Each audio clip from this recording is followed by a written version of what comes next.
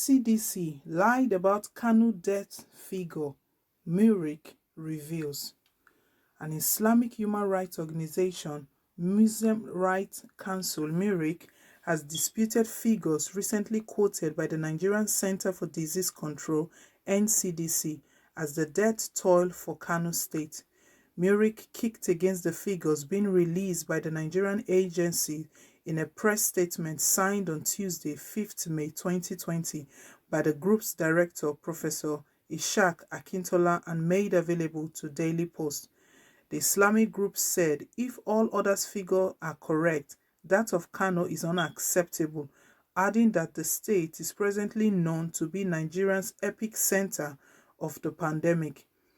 Just 2 days ago, NCDC gave figures of COVID-19 cases in the country as 220 new cases of COVID-19, 62 for Lagos State, 52 FCT, 31 Kaduna, 13 Sokoto, 10 Kebbi, 9 Yobe, 6 Borno, 5 Edo, 5 Bauchi, 4 Gombe, 4 Enugu, 4 Oyo, 3 Zamfara, 2 Nasarawa, 2 Osun, 2 Ebonyi, 2 Kwara, 2 Kano State, and 2 Plateau State.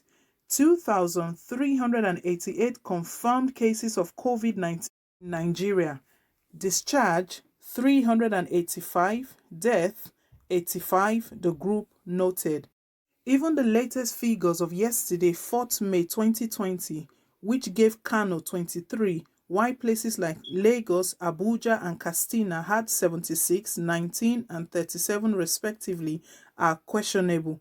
How can Katsina's figure be higher than that of Kano in view of the reality staring us in the face? We beg to disagree. If all other figures are correct, that of Kano is unacceptable. Kano is presently known to be Nigeria's epicenter of the pandemic, so how can Lagos be 62 and Kano is just 2? How can the figure for COVID-19 cases be 2 in a city where people are dropping dead? How can Kano's figure be the same as those of Ebonyi, Nasarawa, Osun, Kwara, and Plateau? We charge stakeholders to put their heads together on this simple logic. Something is definitely wrong somewhere. We challenge the figures quoted for Kano. Somebody somewhere is whittling down the real situation in the ancient city. If the media is reporting high rates of death in Kano on a daily basis, how can Kano's figure just be 2? Just 2? It is incredible. Is someone cooking figures? Also, if people are dying in 10s and 20s in Kano every day, how can the total number of deaths in the whole country be 85? Are the dead bodies in Kano not part of Nigerians' casualties? For those who love to deliberately mock and disparage Muric, you are only doing Nigerians a disservice.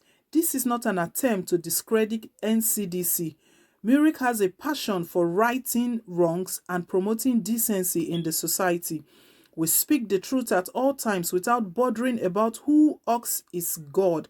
It is a selfless service. Our critics must answer these questions. Whose interest was Muric serving when it warned NYC not to start this year's orientation camp? Is the head of NYC a Christian? Was it not for the safety of youth corps members? Are the corps members not your brothers, sisters, sons, and daughters? Was it a religious matter? Were all the corps members Muslims? Didn't Nigeria benefit from that warning? We did it in the national interest. Did NYC listen? What happened thereafter? The first index case soon occurred in Nigeria. COVID-19 began to spread and the federal government had no choice than to order the closure of NYC camps. It was such a colossal waste in money, time, and energy. The corps member also suffered tremendous mental pressure, having had to travel to and fro long distances in great peril. Muric is the only human rights group that has been clamoring for the release of 54 soldiers wrongfully jailed. Are our members among them? Muric has been advocating for the increase of maternity leave for women until Lagos granted it in 2014, and the federal government followed suit. Muric fought for social security and welfare schemes, particularly for unemployed Nigerians and senior citizens. This advocacy was first adopted by Osun State and later by the federal government. This is why nobody should see Muric as a mere rabble-rouser. Neither should Ncdc see us as seeking to rock the boat. On the contrary, Ncdc should come out openly and tell Nigerians its limitations. That is when the press, civil society, and well-meaning Nigerians will echo its fears. The international community would not hearken to our tidings if we keep our casualty figures down. Our people say a woman whose eye sockets are deep should start crying from a long distance so that its tears will be easily noticeable. Above all, the center should let the federal government know if it has challenges. Ncdc should dust up its statistics. What we suspect is inadequate testing facilities. This is what should be addressed. Ncdc may also be understaffed. These shortcomings cannot be easily overcome no matter how good Ncdc's intention may be unless federal government does the needful. Kano Center needs a holistic overhaul in terms of manpower and equipment.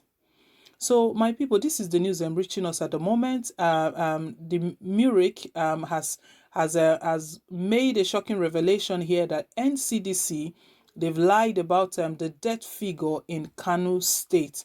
We all remember that within the last couple of weeks, just last week here, that over 600 persons have died in Kano State.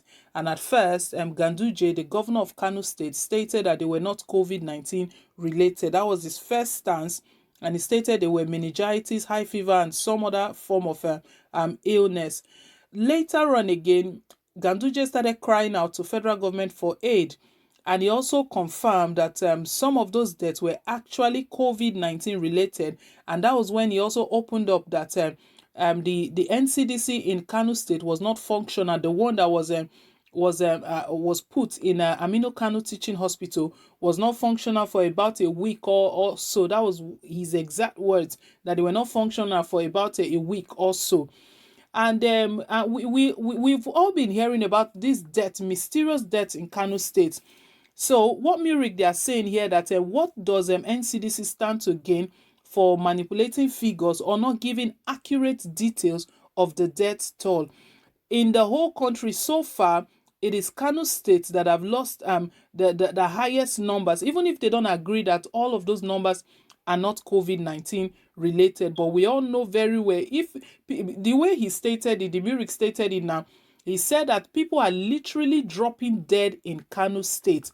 So Ncdc, all they need to do, what he wants them to do, is to come out open and let the federal government know and let Nigerians know what their challenges are, if they have lack of manpower, if they need to employ more hands, or if it's their equipment, whatever they need, that is, they need to be open at this very point in time.